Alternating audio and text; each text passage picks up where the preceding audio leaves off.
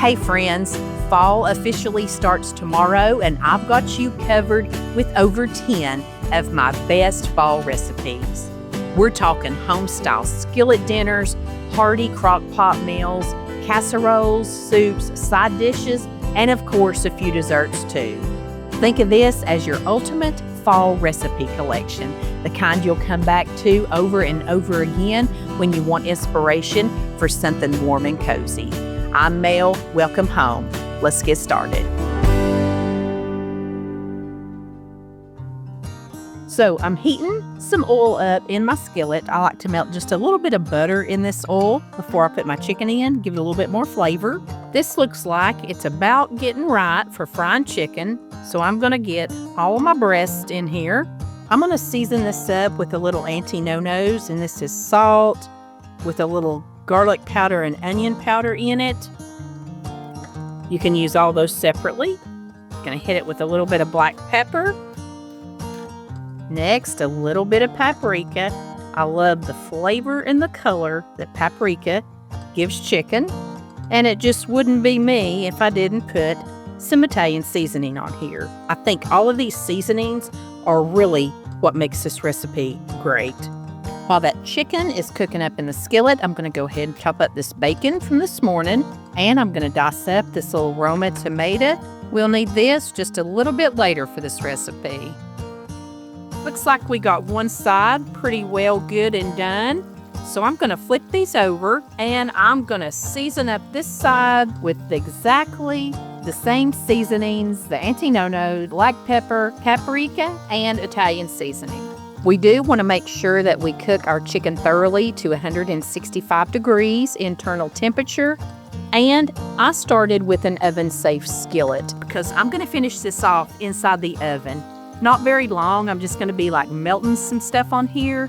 So if you want to put it in the oven and you don't have an oven-safe skillet, get your casserole dish ready and you can put it in there. Or you could probably just put you like a lid or something on this skillet when we get to that step. And I almost forgot this, but barbecue sauce is a very important part of Monterey Chicken. You use whatever you like or whatever you have on hand. I'm gonna put a little bit more here. Whoops. We'll share the love with another piece of chicken. Let's see. We are not gonna be stingy with it. We got plenty of barbecue sauce. Then I'm using a blend of Colby and Monterey Jack cheeses. And that is, I guess, where this dish got its name, was the Monterey cheese that goes on the top of each little piece of chicken. That's how I always got it with the broccoli and the loaded potatoes. It was so good.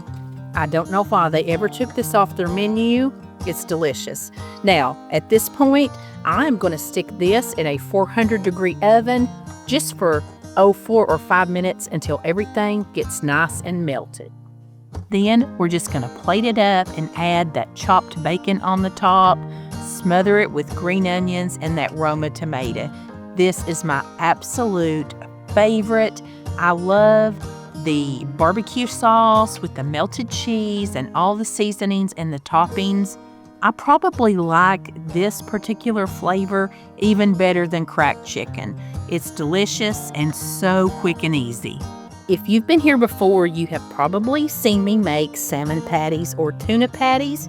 Tonight, I'm going to do them just a little bit different. First things first, I had one 12-ounce can of just regular chunk light chicken. This is not chicken. This is chunk light tuna. I don't know why I kept calling it chicken. It's tuna, friends. This is not white albacore, although these are delicious made with the albacore tuna. And of course, you could use salmon here. Salmon, canned salmon, is just more expensive than tuna, and unless you pay a little bit more, you got to deal with the bones and the skin. I'm going to crack one egg in here. I just kind of put it over to the side and mix it up a little. I also always put onion in my tuna cakes or my salmon patties. I don't have any fresh onion, so I have this dried minced onion. I'm just going to put in probably a tablespoon of that. I also like to put green onion or parsley or something like that in here, so I'm sprinkling in maybe a teaspoonful of parsley, just using this dried kind. I'm also going to add in a nice big tablespoon of tangy mayonnaise, Duke's. JFG, either one of those has a really nice twangy flavor to them. To give it just a little bit more brightness, I'm going to squeeze in just maybe a teaspoon of lemon juice. I always put just a little bit of salt and a good little bit of black pepper, pretty much in everything I make. Now I'm just going to mix that together just a little bit.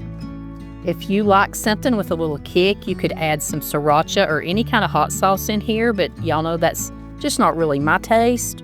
And how this is going to differ a little bit from what I normally do is the breadcrumbs. I'm using a half a cup of panko breadcrumbs. Normally, I will use a little bit of flour and a little bit of cornbread mix because I do like mine to have a little bit of crunch when they fry up. And if you don't have breadcrumbs or flour or anything like that, you can just crush up some crackers, use saltines or any kind of buttery cracker will do, just about a half a cup of that. I've got a couple tablespoons of oil. I'm just using olive oil in my skillet, and I think I've got about a tablespoon of butter I put in here. And I have this on about medium heat, and I am just pattying about 4 really nice sized patties out of this tuna, and we're going to get these things fried up. I think cast iron just cooks these up so pretty. Everything fries up nice in cast iron. And the great thing about these little tuna cakes, they just don't take any time at all to fry up. And I did cut my stove eye up just a little bit. If you're a regular here, I've got a new stove, and you know I'm still trying to get a feel for the new temperature here. I'm just going to remove these off to a plate, and then I'm going to do a little spinach something here in my skillet. I'm wanting like some kind of greens to go with this. Gonna add a little bit more oil. I have got to refill my little oil bottle here. Throw in another tablespoon of butter. Please don't scorch butter. I've got some sun-dried tomatoes. I'm just gonna put a little bit of this here in my skillet. I love sun-dried tomatoes. That is smelling delicious. And if I can, golly. Hey, Maddie, where open this garlic? I may not get any garlic. Me and Maddie can't get it open.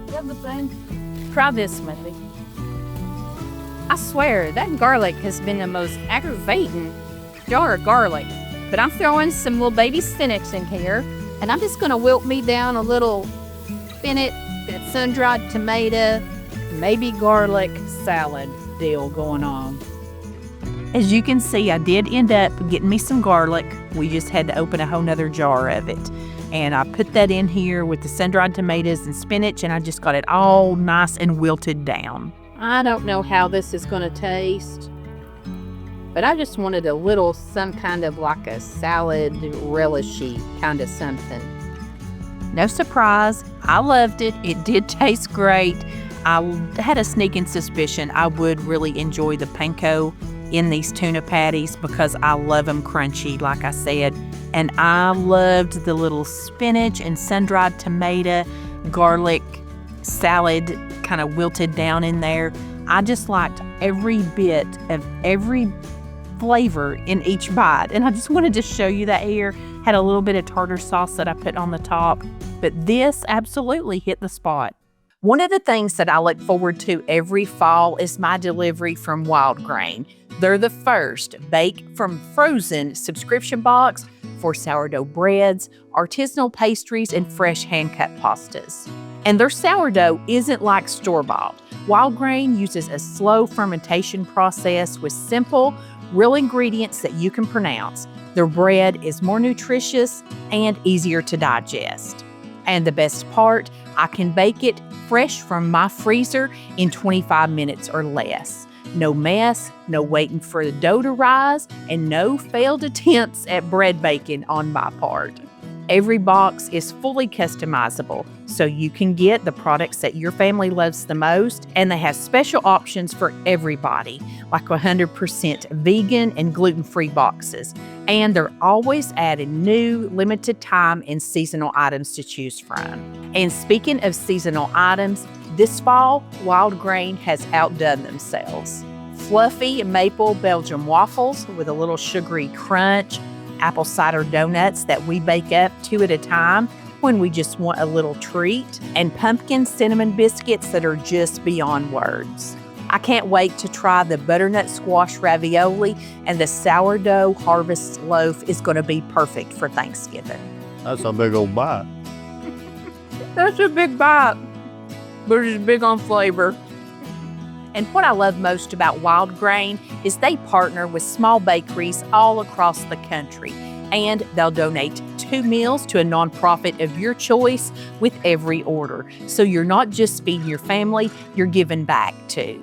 If you want to try Wild Grain, just click the link down in the description box and use my code MOMMAMAIL. You're going to get $30 off your first box, plus free croissants for life. And believe me, you don't want to miss these amazing croissants or their seasonal items. All the details are down below, and a big thank you to Wild Grain for continuing to be a supporter of the channel and keeping our kitchen stocked with all of our cozy fall favorites. This year, I wanted to try something new in place of the Waldorf salad. I love the Waldorf salad, don't get me wrong. It always starts with the apples, and in the South we put pecans and all the different things in there, but this one sounded so interesting. It's a creamy cinnamon, apple, and walnut fruit salad. The first thing I like to do when I'm going to be working with apples is to start with just a little bowl of water with some lemon juice in it, and as I cut my apples, I'm going to let them soak in this water for just a minute. So I am halving this recipe. It makes a large amount, so I took 4 apples, just cutting them, coring them, and dicing them into little tiny pieces. You do not want to peel your apples because that gives this salad the prettiest color. And I was looking for some golden delicious apples, but I just couldn't find, just 1 or 2 like I wanted to throw in here, but I did use galas. After each apple had soaked about a minute, I just tried to drain all the water off of it and lay them out on a paper towel. Want to get them good and dry. Got just a tiny bit more chopping to do. Really not much chopping for this recipe, but I am taking a 1/2 cup of walnuts and a 1/2 cup of cranberries, and I just want to get them just a little bit smaller down, with what I'm going to mix into this salad. For the dressing part of this salad, you start with 4 ounces of softened cream cheese. Use a 1/4 cup of brown sugar, but I'm using a little less because I am using this Splenda. You don't need as much.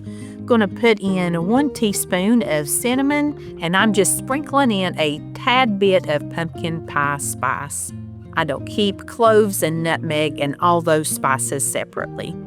Now you're just going to use your hand mixer and mix this on high for about 3 or 4 minutes. You just want it to get really light and fluffy, get a lot of air in there. You can see this one fluffed up really nice. Now we're going to add in about 4 ounces of sour cream and about a 1/2 teaspoon of vanilla. Just going to get that all mixed up really good together. I forgot to tell you the purpose of the lemon juice is just to help preserve the apples and to keep them from browning. It doesn't affect the flavor of the salad at all. We're just going to put all of our chopped ingredients down in here. Going to give that a really good stir and get everything combined, and this smells so good right here.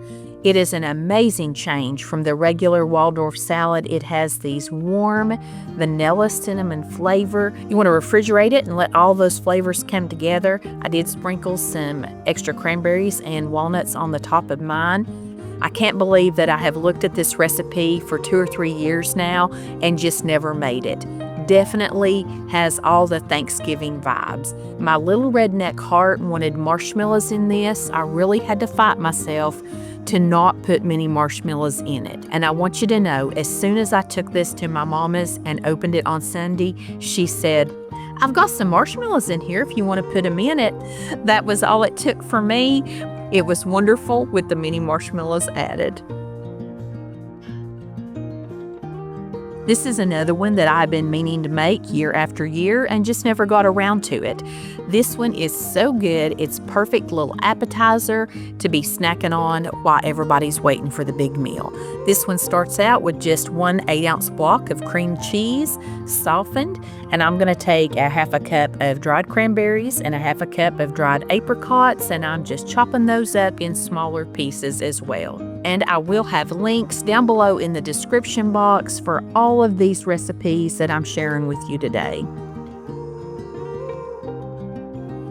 Going to start adding all that fruit right into our cream cheese, and then I'm just taking a navel orange and I did roll it around to kind of loosen up the juice inside, and now I'm just going to zest that entire orange, and then I'm going to squeeze the juice out of it.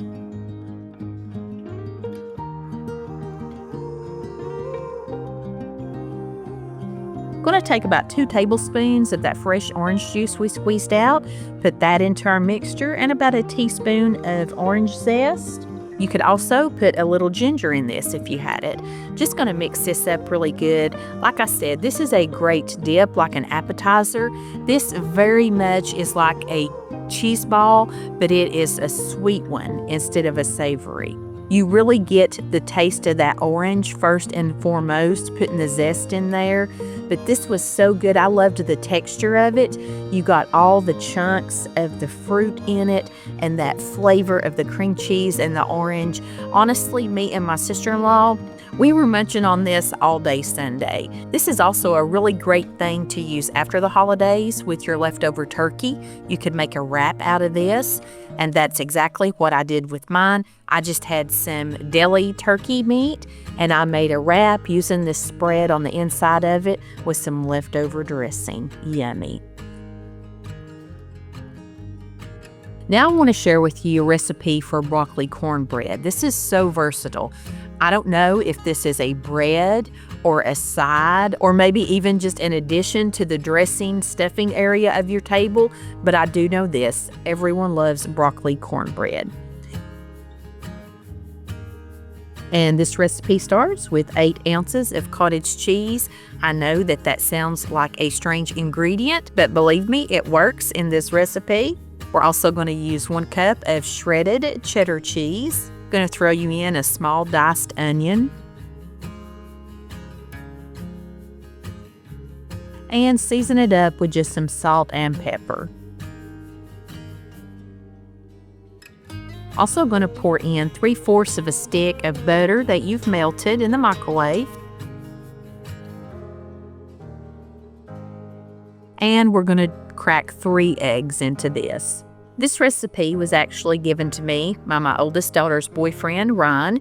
He's made this for us a couple times, I believe, and this is his mom's recipe for broccoli cornbread, and it is very good. I've made it, probably 2 or 3 times since he gave me this recipe. We absolutely love this. I do like to get all of this mixed up really good together before I add in my broccoli, and I'm using a 12-ounce bag of chopped broccoli, and I have cooked that up and drained all of the water off of it. You want to try to get it, as dry as you can. Then we're going to mix all of that together, and last but not least, the star of the show is always the Jiffy cornbread mix. I have been on a kick with eating recipes that include Jiffy cornbread recently. You can never go wrong with a good old box of Jiffy. Just want to mix all that together and get it combined really well.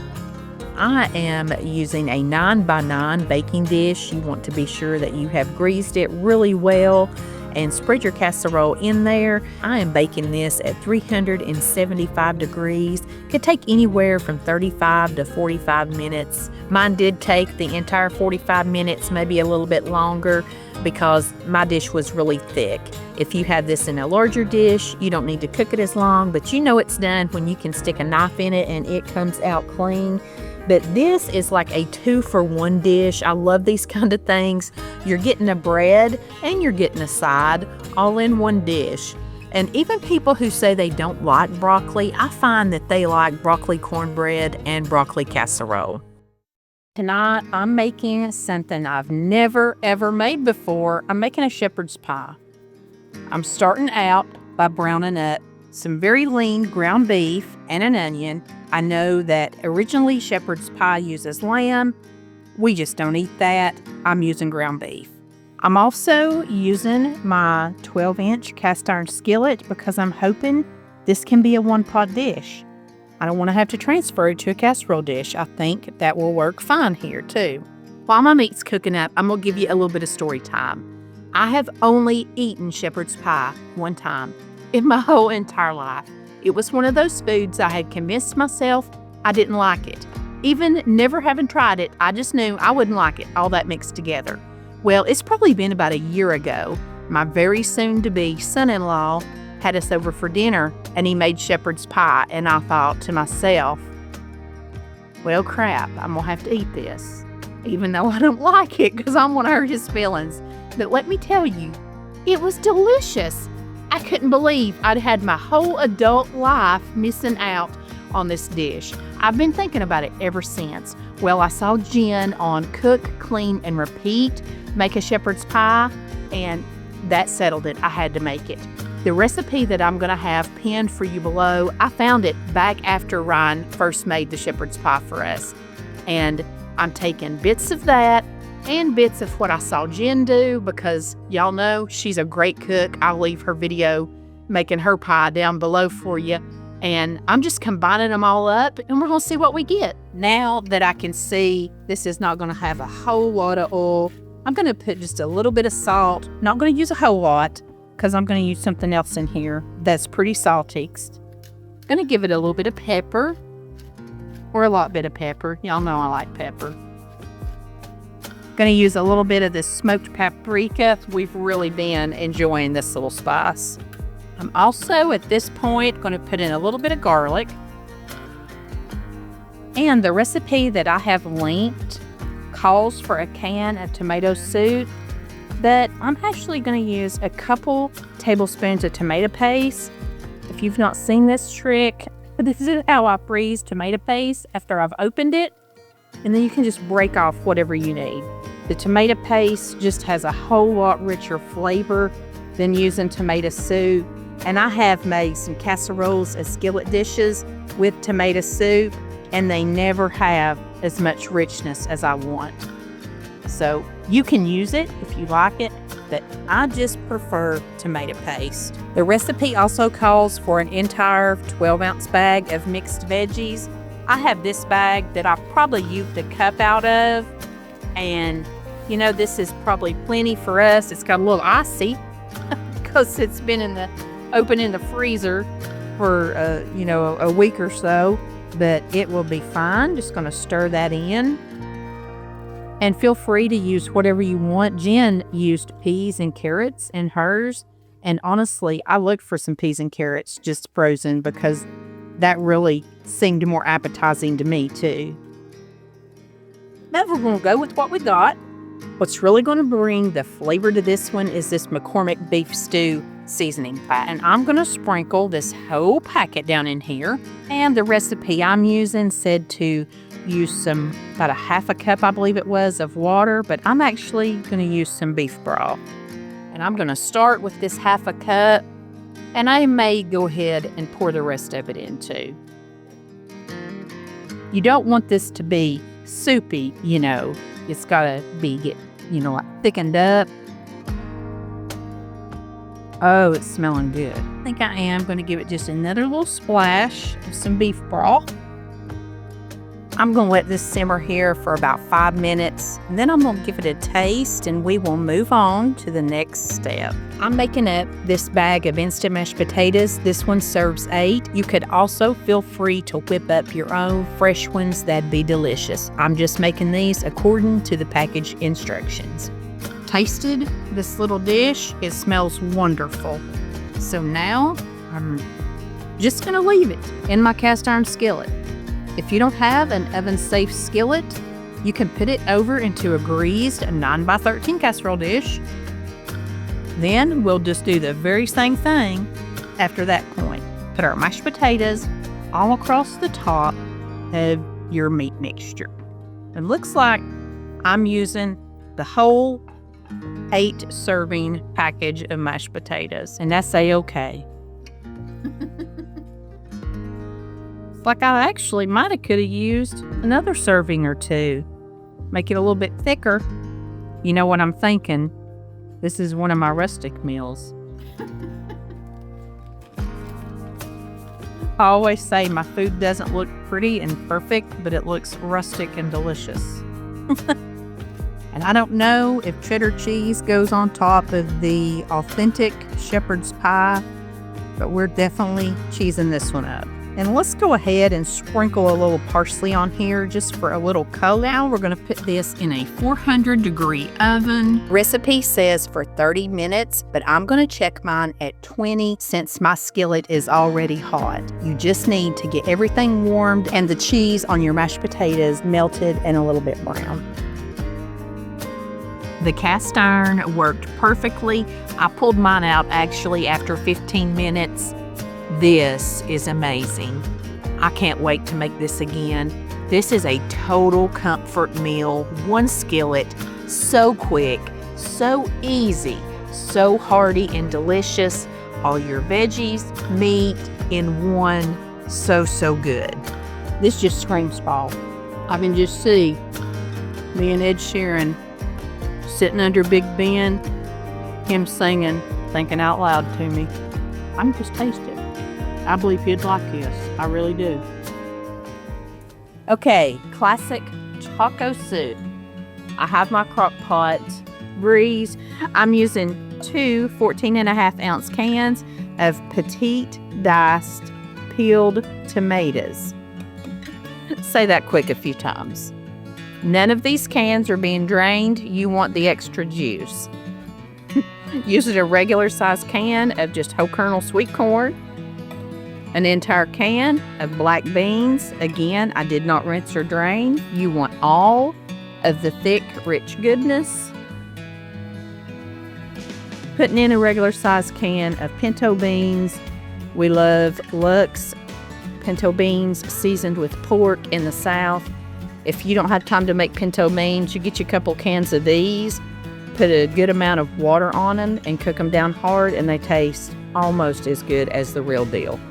I always add in just about a cup or so of extra water because you want to make sure you got enough. Now I'm going to take that pound of ground beef and put it in.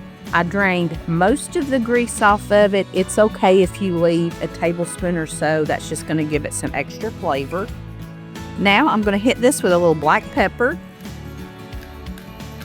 Because I did not have my garlic to brown up, I'm also going to hit it with a little bit of this anti-no-nos. This has salt, and of course it has onion powder and garlic powder in it. This is another thing I always travel with. The recipe calls for half of a package of ranch dressing seasoning, but we're going in with the whole thing. It won't hurt one bit. And what am I going to do on vacation with a half a pack of ranch seasoning laying around? And we're going to take a whole envelope of taco seasoning. And last but not least ingredient, some diced onion. Then, very carefully, you're going to give all this a stir. This crock pot is a full quart crock pot, brand Crockpot. It's an oval shape. I get questions a lot about my crock pots. The maroon one I use is also an oval, and it's a 6-quart. I don't remember the brand of it right now, but neither one of mine are programmable. They just have low, high, and keep warm. Maybe one of these days when they bite the dust, I might get me a fancy programmable one. I would like to have one of them that you can saute your meat down inside of it first. That would be a game changer for me because you know I love not having to do extra dishes. We're going to let it cook on low all day. It's about 10 o'clock right now. Whenever we're ready to eat, it'll be ready. It'll just get better the longer it sits here. And we'll show you some delicious and easy Mexican cornbread when we come back tonight. Hey friends, we've been gone all day long. We took the day and we went to Seaside Beach. There's like a little shopping down there. And we always like to go to Sundog Books because, you know, it's just a bookstore on the beach. It's kind of fun. But it is 7:15. And so we're beginning to get hungry again. And we've got our taco soup in the crock pot. Oven's ready. This is my favorite Mexican cornbread, Martha White. It's in a little envelope here, and we do a little bit of something different with it. This is also new packaging, so what you see may look different. But there is a little recipe on the bottom, Southwestern cornbread. That's not what we're making, though. They used to have a different recipe down here for a special cornbread, and I just like it better. We are doubling this, so normally you use like an 8x8 or just an 8-inch round cake pan, but we're going to use this size.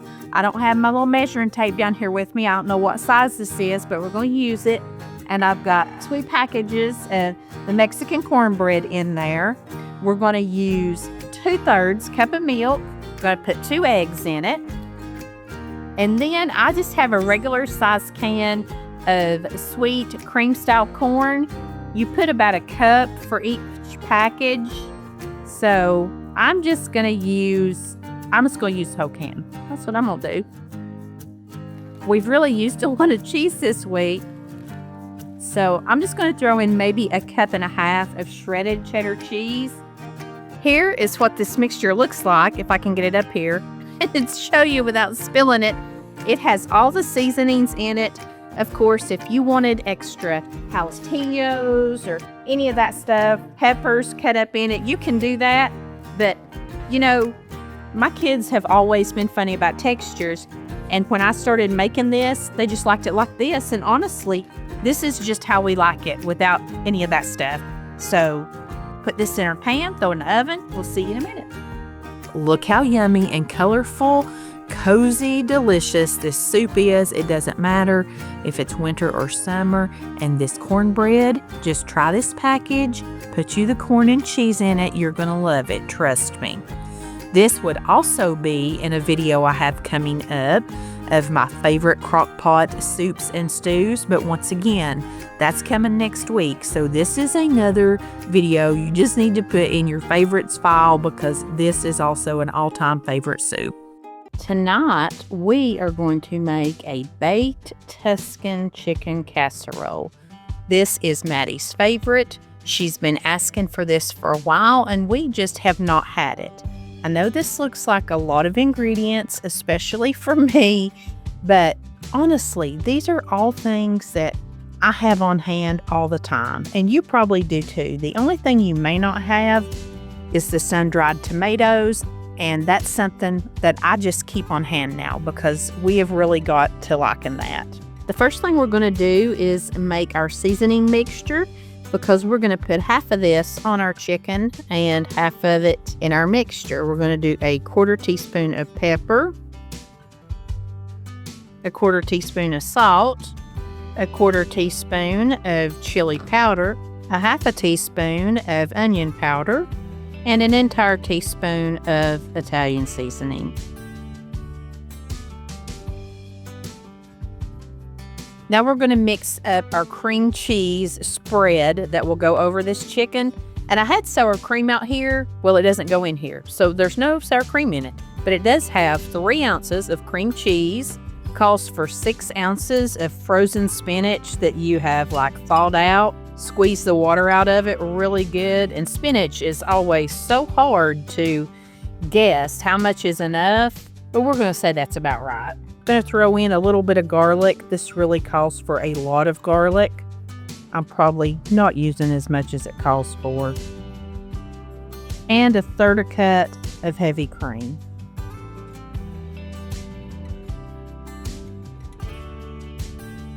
Once I begin mixing that, I'm going to bring in some shredded Parmesan cheese. That's probably about a 1/3 cup. I like to sprinkle just a little bit of this kind in here too. About a 1/3 cup of mozzarella cheese. Then our little seasoning mixture that we made, we're going to put about half of it in here.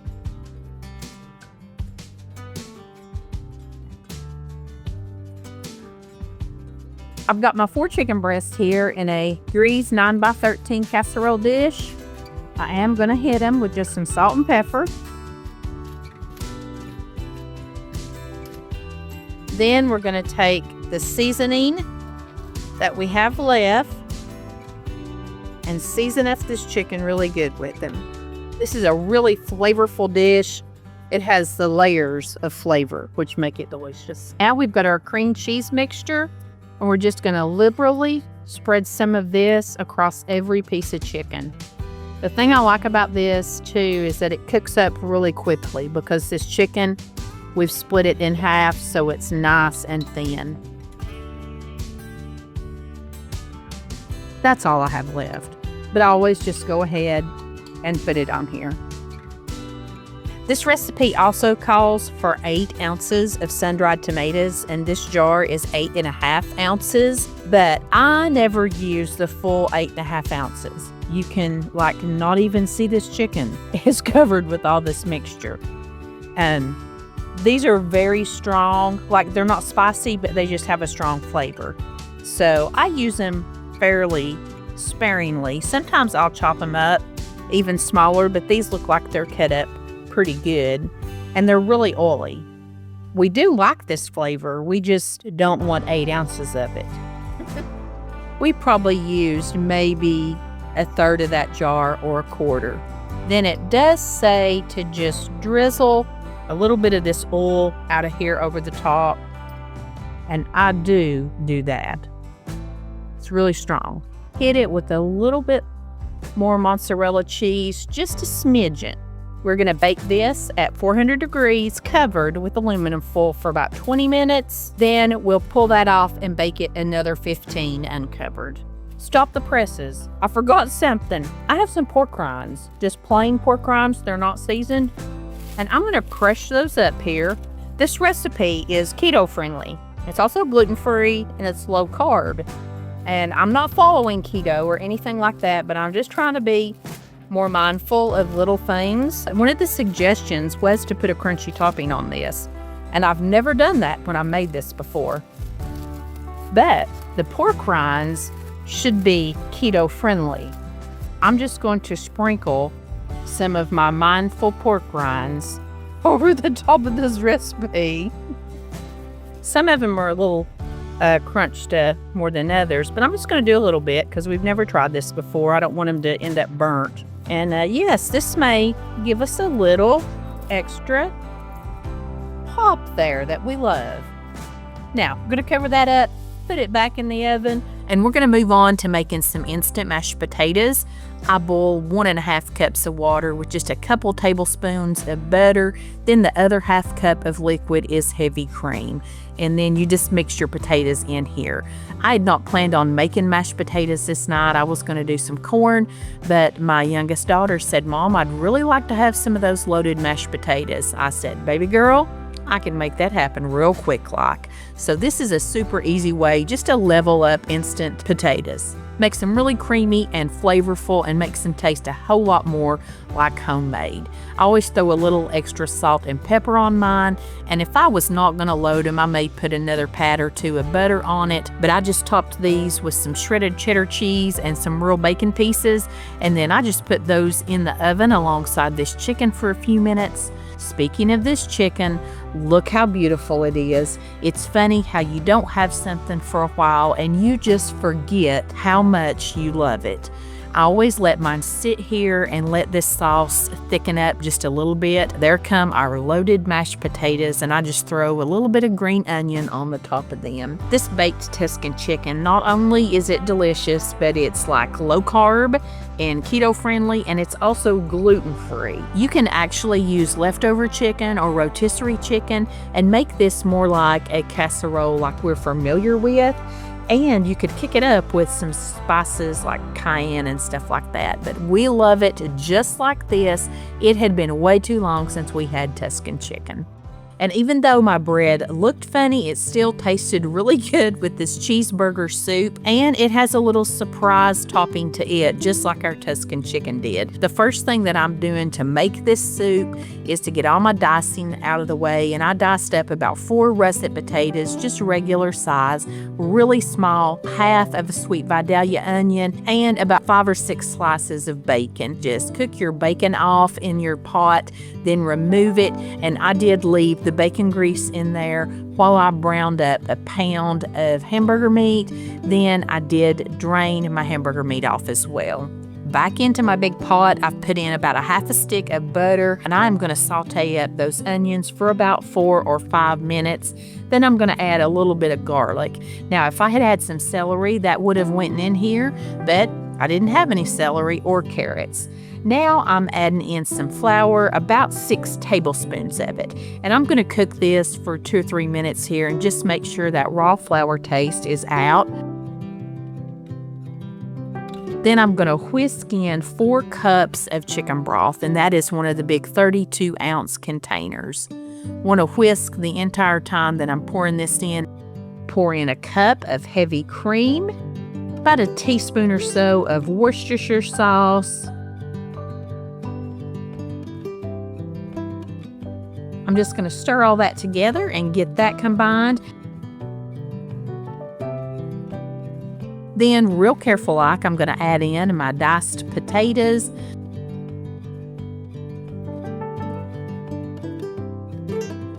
And I'm going to add in that browned ground beef that I have drained.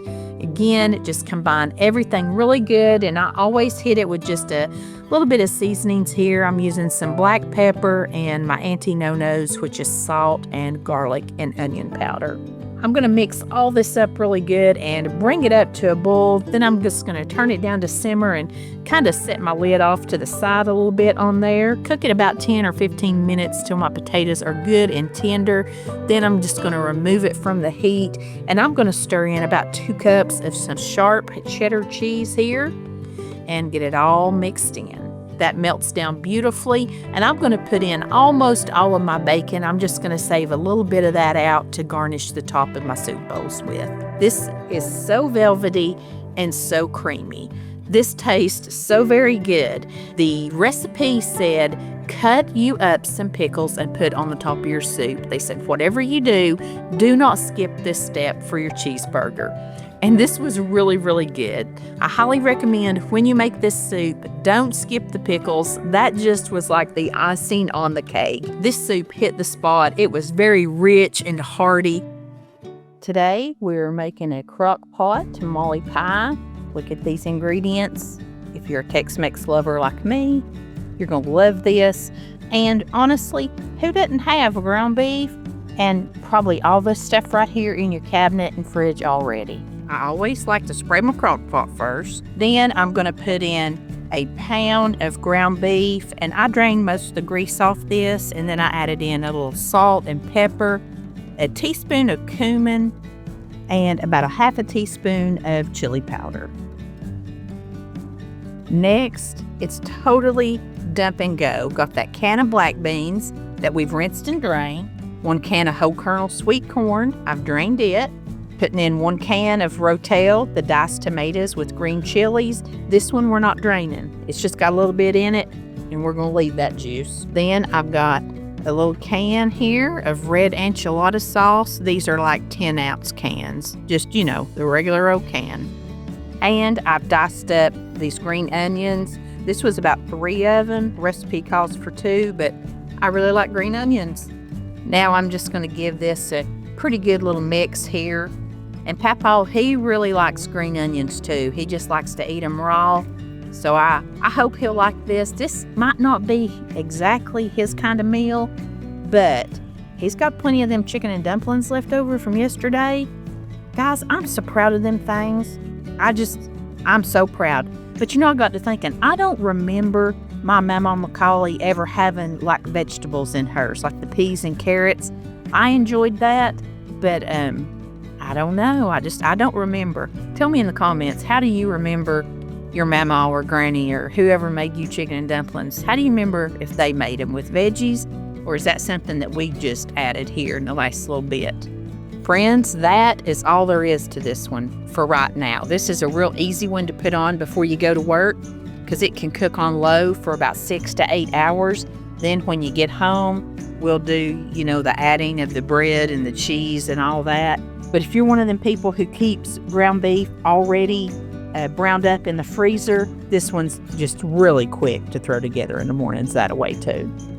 Now we're going to take 1 box of Jiffy muffin mix, cracking in 2 eggs, and I got a little bowl. Just mixing this up thoroughly. Wow, that looks and smells really, really good. We're just going to take our Jiffy and I'm just going to like spoon it all over the top.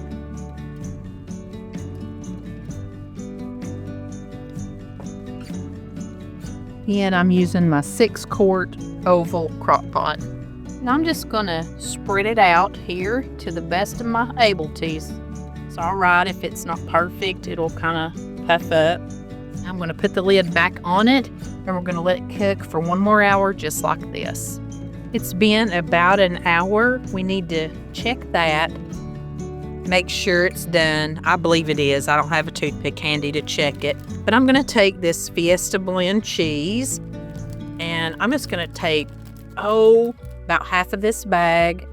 Should be about a cup. And I'm going to spread it all across the top of it. Now we're going to put this lid back on, just long enough for that cheese to melt. This was my favorite of this whole video. I love the Tex-Mex vibe of it. Everything cooking low and slow all day long. It got so much flavor from the enchilada sauce, and not even to mention the cheesy Jiffy on the top. That is just a chef's kiss. This is wonderful to throw a bunch of green onions and salsa, whatever you like on a taco, throw it on here. But this was absolutely delicious. You're gonna love it. For this recipe, we are going to go ahead and prepare the stovetop according to the directions on the side of the box, which is to bring 1.5 cups of water and 2 tablespoons of butter to a boil. Then we're going to start in our stuffing mix and get it all combined. Cover it with a lid, remove it from the heat, and let it stand for 5 minutes. Fluff it with a fork. Hey, it's good just like this. But we are going to take our stuffing and we're going to make some fried mashed potato and stuffing cakes. I'm using the entire box of stuffing, and I just made an envelope of instant mashed potatoes because I really think they do better. And I made all these this morning and put them in the refrigerator so they could get kind of cold and stiff. So it's about 2 cups of each. Next, I'm going to crack 2 eggs. This little bowl looks like it's only going to handle 1 at a time. Pour it in. Now let's do this second egg. There is tons of seasonings, especially salt, in the stuffing mix. So I'm just going to give it a good cracking of black pepper. And I've got about 2 green onions that I've diced up pretty good. Now we're just going to combine all this together. I'm going to leave these fairly simple and plain because Patrick is grilling us up some yummy steaks. We're going to have some herbs and garlic and butter and stuff on them. So I don't want to put too many different things in here. But if you've just seen me make potato cakes on their own, you'll know I put a lot of things in them. Anything I have, if I have leftover corn, I'll throw it in. They're delicious to put bacon and cheese in them. You could put any kind of vegetable in here you want, any kind of onion or mushroom. This is a great way to use up any kind of leftovers you have. I'm going to take just a little bit of stuffing and check my oil. The oil is good and hot now. So I'm just going to take a nice big handful of this, roll it into a little ball, set it in here. Probably have room enough to do maybe 3 of these at a time in this skillet. And now I'm going to take my spatula and I'm going to smush these down just a little bit. Real careful jiggling them off. I did spray my spatula, but it's still got to be careful. These are just going to fry up just a minute or 2 on each side.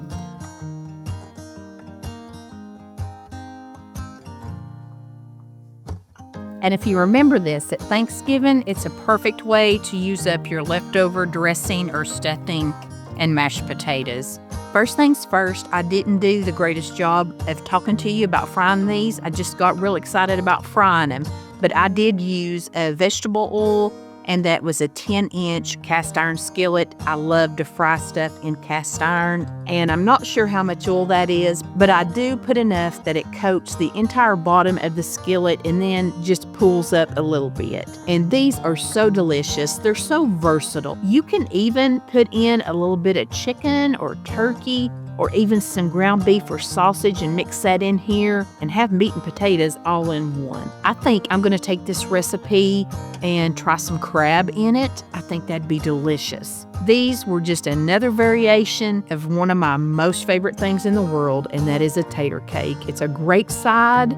I just don't think you can beat it, friends. Tonight we're making another kind of one skillet chicken meal. This one is made with Boursin cheese, and I've made some things with this before. I really like it, but it's been mainly pasta dishes. But tonight we're making it with some chicken breast. Gonna make like a creamy sauce for it. And these, of course, are your pantry staple, easy to find, most of us have on hand ingredients. If you've been here at least once before, you know I loved a one skillet meal. Anything that you can prepare with less dishes is fine for me. And I also love things that are low prep. And the only thing that I've got to do to get ready for this dish is to dice up half of this onion, and I'm using a Vidalia onion. We're gonna heat about a tablespoon of butter and a good generous tablespoon of olive oil in my big skillet here on top of the stove.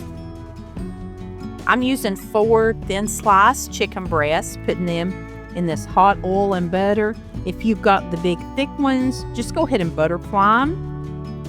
I'm going to season mine with some anti-no-nos, and this is salt, but it also has onion powder and garlic powder. And I'm also going to crack some black pepper on it. I'm going to cook it like this about 5 or 6 minutes, flip it over, season up the other side, cook it another 5 or 6 minutes. You just want to make sure you get it to an internal temperature of 165 degrees. There's nothing smells any better than fried chicken in some oil and butter. Cook them up. Now that our chicken's done, I'm just going to move it off to a little plate back here. And we are going to make our sauce right here in the skillet with all these delicious drippings. I've still got a decent amount of grease and stuff, but I'm just going to add a little bit more oil. And what the hey, let's put a smidgen more butter. Now I'm going to add in that half of an onion. We're just going to saute this for 4 or 5 minutes till these onions get a little bit browned up and get nice and kind of soft and translucent. Another one of my favorite scents is onions frying up in the skillet.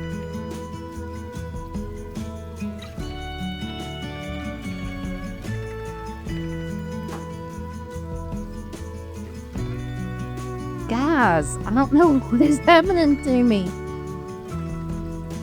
Friends,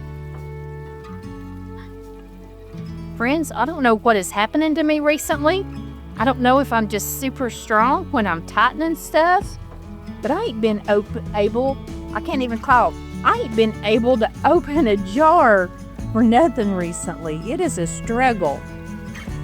When the onions are almost done, I'm going to add in a nice spoonful of some minced garlic.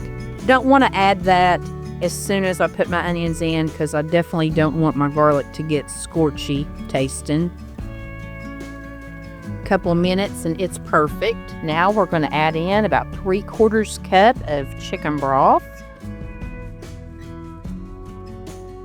And finally, we're going to add the namesake of this dish, the Boursin cheese. It comes in a wedge like this. Right here's what the box looks like. I'm using the garlic and fine herbs variety or flavor of it. It comes in a couple of different flavors.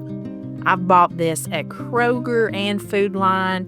Both of them have a pretty good deli bakery, and that's where I find it, is in the refrigerated section of my bakery deli area where you find kind of gourmet cheese spreads and that kind of stuff. And it's good to eat just right out of this block with some crackers. It's perfect on a little charcuterie board, but most people have heard of it.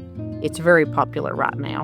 And I'm just stirring this Boursin cheese in until it's kind of all melted down to make a really yummy, creamy sauce, especially with all those onions in there. It's going to make it really flavorful. You just want this to get a little bit bubbly. And then I'm going to sprinkle in some parsley and stir that in. If you had fresh, that would be beautiful. You could also wilt some spinach down in here. That would be a great addition to this dish. Now that I've kind of got it where I want it, I'm going to take my chicken breast and nestle it right back down in here. And don't forget all the juices that's on your plate from your chicken. You don't want to leave that out. That's yummy, yummy flavor. I was thinking about drizzling the sauce over the top of this chicken, but you know what? I'm going to wait because I think this would make a very pretty presentation with the chicken, you know, the brownness actually kind of showing through. Just going to let that chicken kind of get heated back up in here. But let that, you know, come back up to heat and it's ready to serve. I'm going to make a little something that you have never seen me make on my channel because I don't normally like peas. Well, let me preface that. I like frozen peas when you put them in a salad and they kind of thaw out. But I've never really liked warm peas. But every now and again, I used to eat them. And when I did, I always got these Lasagna brand, the very young, small, sweet peas. But when I found this recipe, she had it with mashed potatoes and peas on the side. And those peas looked so good. And I thought, you know, it's been a long time. I'm going to get me a can of Lasagna peas, butter, salt and pepper. Let's heat them up and see if I like them any better now. Got my little peas simmering back here, and I have to say, they don't look too bad. I might like them. My mama would be proud. She loves peas. One of her favorite meals is to have meatloaf, and you got to have mashed potatoes and peas. And I'm always like, oh, can we just not have green beans? But I had to say, Mom, these look good. You'll be proud. And for those of you who have been around here a while, you know I love some instant mashed potatoes. I don't remember if I've had the baby reds before, but I'm going to make those today. The way I doctor mine up is I bring the water up to a boil, just like the package instructions say. I use a little bit less water than what it calls for. After I initially stir in the potato flakes, I'll come back in with a little bit of half and half milk, heavy whipping cream, maybe some sour cream, mayonnaise, cream cheese, whatever you got in the dairy department to kind of even out the amount of milk I needed, and then salt, pepper, butter, and these are delicious. Yeah, I've not had these. I would have remembered they've got the skins in there, just like you made them your very own self cutting up those potatoes. I love that.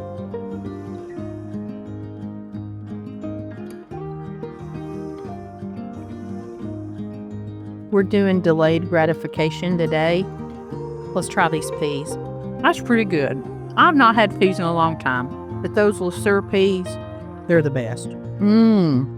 Taters are delicious. I can hardly wait. This is absolutely delicious. I may have went a little heavy on the salt. I wasn't thinking about that Boursin cheese being salty, so maybe don't go as heavy on the salt as I did, but man, this is delicious. I'm gonna go over here and put me a YouTube inappropriate amount of this sauce on here and eat. This is a good one, guys. The only regret I have about this dish is that I waited so long to try it. I also think this would be awesome done with some boneless pork chops. And I forgot, this one only has about 350 calories, not including mashed potatoes. We're going completely rogue today.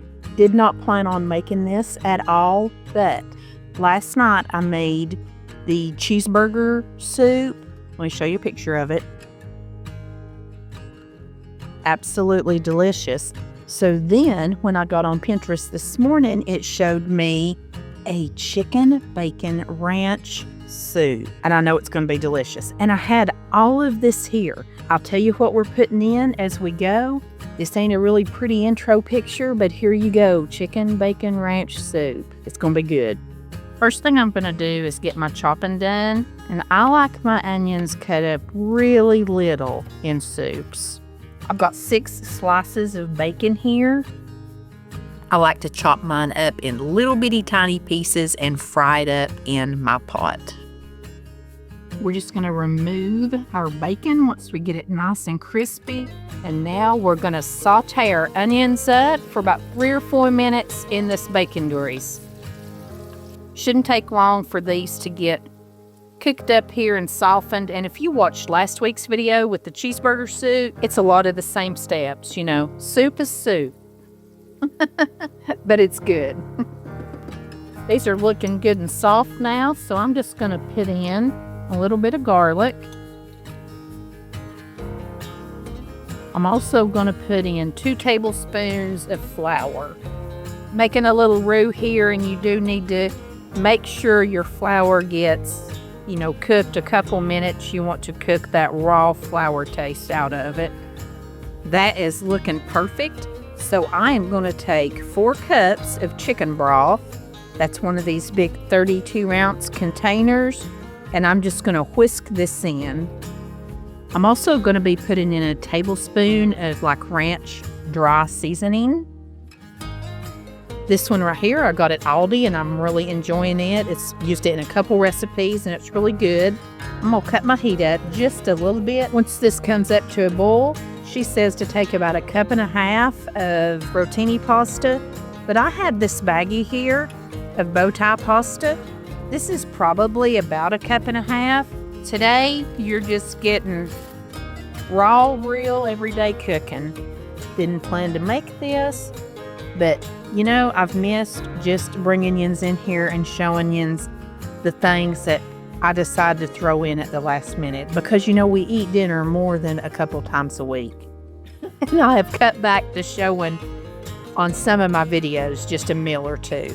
I'm going to turn this down just a smidgen, and I'm going to put a lid on this, let it vent just a little bit, and cook it about 10 minutes. I'm supposed to put in an 8-ounce block of cream cheese. Well, I have a block here that I just used about 3 ounces out of, so I'm going to put it in here. So I'm putting in about 5 ounces of cream cheese. At this point, you put in 2 cups of cooked chicken. You could use canned chicken. You could use a rotisserie chicken.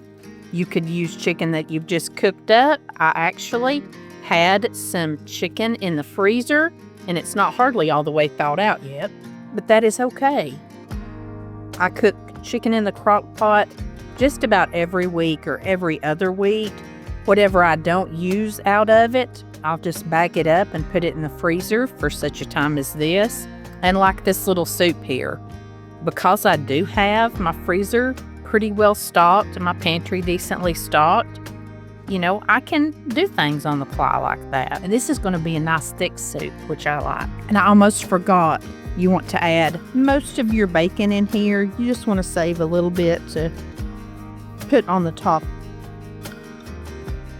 Oh, this is looking so pretty. All right, let's just give that just a couple more minutes with the lid on, and I think it's going to be about ready. This little soup came together so quick. Now, I did not have any fresh spinach in the refrigerator, but I have some frozen spinach. I love spinach and stuff. I love greens. I love all that. Oh, yes, I'm glad we did that. That makes it really pretty. Let's give it just a minute. Then I'll plate it up.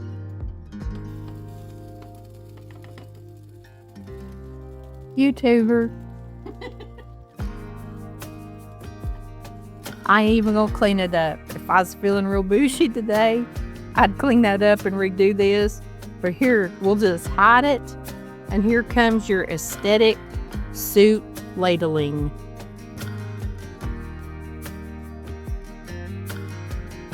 You know, usually I just voice over this stuff and add that pretty music in, and y'all never even know the chaos that I have around here. Give me a little bite out here to be cooling. Oh man, that is good. Mine's pretty spinachy, so if you don't like spinach, don't put as much in yours as I've got in mine. But I like it. I think next time I need to put more ranch because my spinach has overtaken my ranch. It is definitely a winner though. It is colder than I'll get out here today. This tastes delicious.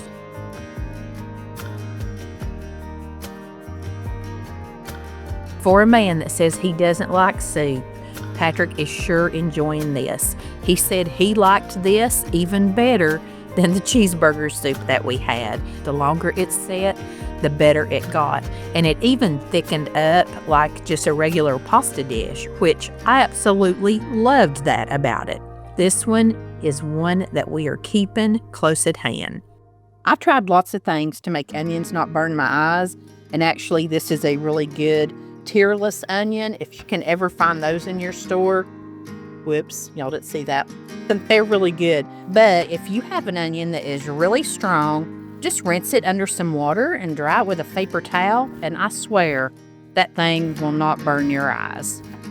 Today we're making a Crescent lasagna.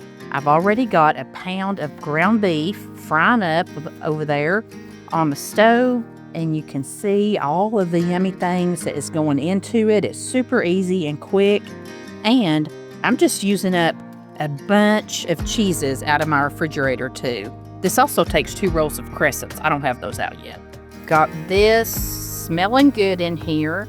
Now I am going to take a big old spoonful of garlic,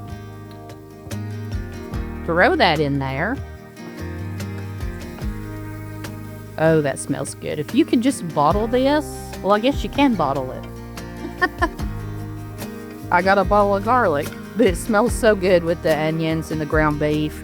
And of course, you could use sausage here. As a matter of fact, this original recipe called for Italian sausage or ground sausage, but we just prefer it with ground beef. Something else that was not in the original recipe is spinach.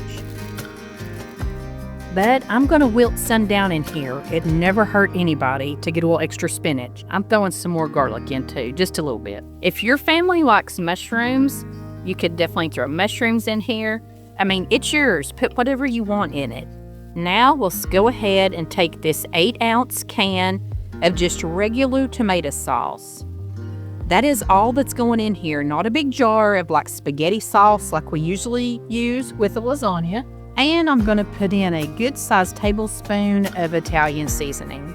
Now, let's get all this mixed together. You know, when I make a regular lasagna, it makes a whole lot. And, I mean, don't get me wrong, I love having leftover lasagna.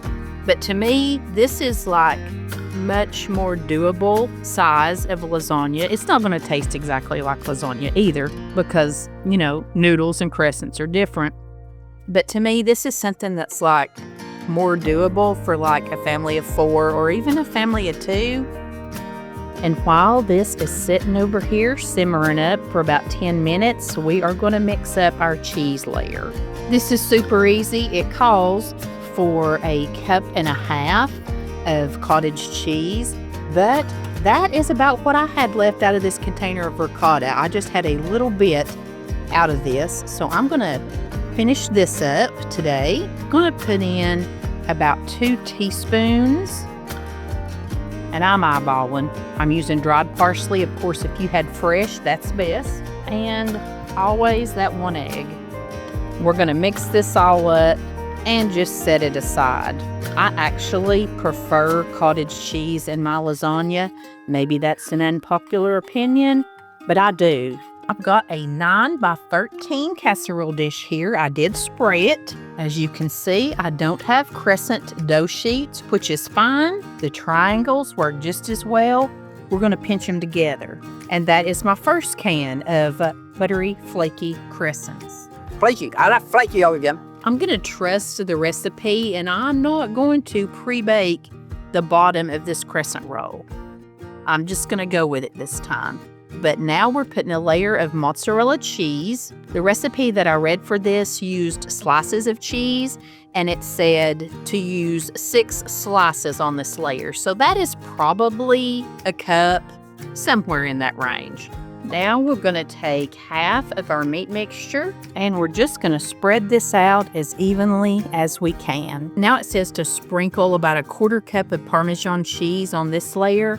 I'm sure it's talking about the grated kind, but I had just a little handful left in this bag, so I'm getting this used up. Now the recipe says to put all the cottage or ricotta cheese layer right here, and I'm worried because mine is a little bit runny, but I think it's going to be fine. It's going to be just fine. Now we're going to take that last little bit of our meat sauce and put it right over the ricotta or the cottage cheese, whatever you're using, right over that layer. Now we're going to use the other about maybe 3/4 cup of mozzarella cheese. And if you have slices, it says to put 6 slices of it here. It's going to be cheesy, that's for sure. Now we're going to take our second roll of crescents, and we're just going to do them like we did the first roll. Unroll them, pinch everything together. Now I'm just going to drizzle a little olive oil on here. Take my brush and spread it out all across the top of the crescents. Now I'm going to take that shaker of Parmesan cheese and sprinkle a little across the top. And you know I got to have a little bit of green on top. I'm putting some Italian seasoning on here. I'm going to bake this in a 350-degree oven for about 25 to 30 minutes. Oh goodness, this looks and smells so good. I love it when you can see the cheese getting sizzly. I wished I could tear into this right now, but it's going to have to sit here a few minutes, which is perfect because I'm actually taking this over to Callie and Ron's house to have a little family dinner over there tonight. As I mentioned earlier, this did not disappoint. The Crescent lasagna got 5 thumbs up. It was, for some reason, a lot easier to me than making regular lasagna. Even if you use the ready-to-cook noodles, it was great. Callie and Ryan had us all a great salad fixed up and this wonderful fondue. This is a dupe of the Melting Pot's loaded potato. I will leave you a recipe for this fondue down in the description box. Oh, it was good. And for dessert, Ron whipped up a delicious chocolate flambe fondue. It was so good and it was so much fun. Had lots of different little cookies and cakes, Rice Krispie treats, and fruits to dip in this one as well. Be sure and watch this video right here next to round out your meal plan. Thanks so much for watching and spending some of your time with me. I appreciate you, and until next week, I send you love from my kitchen.